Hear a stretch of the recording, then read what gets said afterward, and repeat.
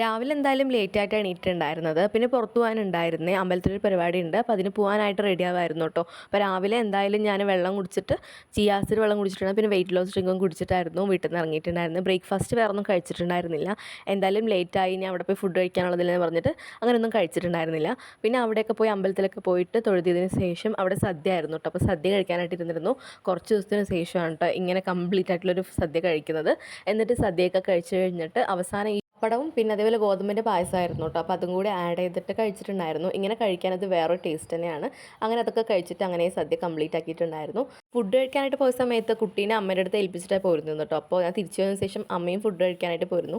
എന്നിട്ട് കുറച്ച് നേരം അവിടെ ഇവിടെ നിന്ന് സംസാരിച്ച് അവനെയും നോക്കി നിൽക്കായിരുന്നു. പിന്നെ വീട്ടിൽ പോയപ്പോൾ പപ്പാഴയ്ക്ക് നന്നായി പഴുത്തിരുന്നു കേട്ടോ. അപ്പോൾ അത് ഞാൻ തന്നെ കയറി നിന്ന് പറിച്ചിട്ട് അതും കഴിച്ചിട്ടുണ്ടായിരുന്നു.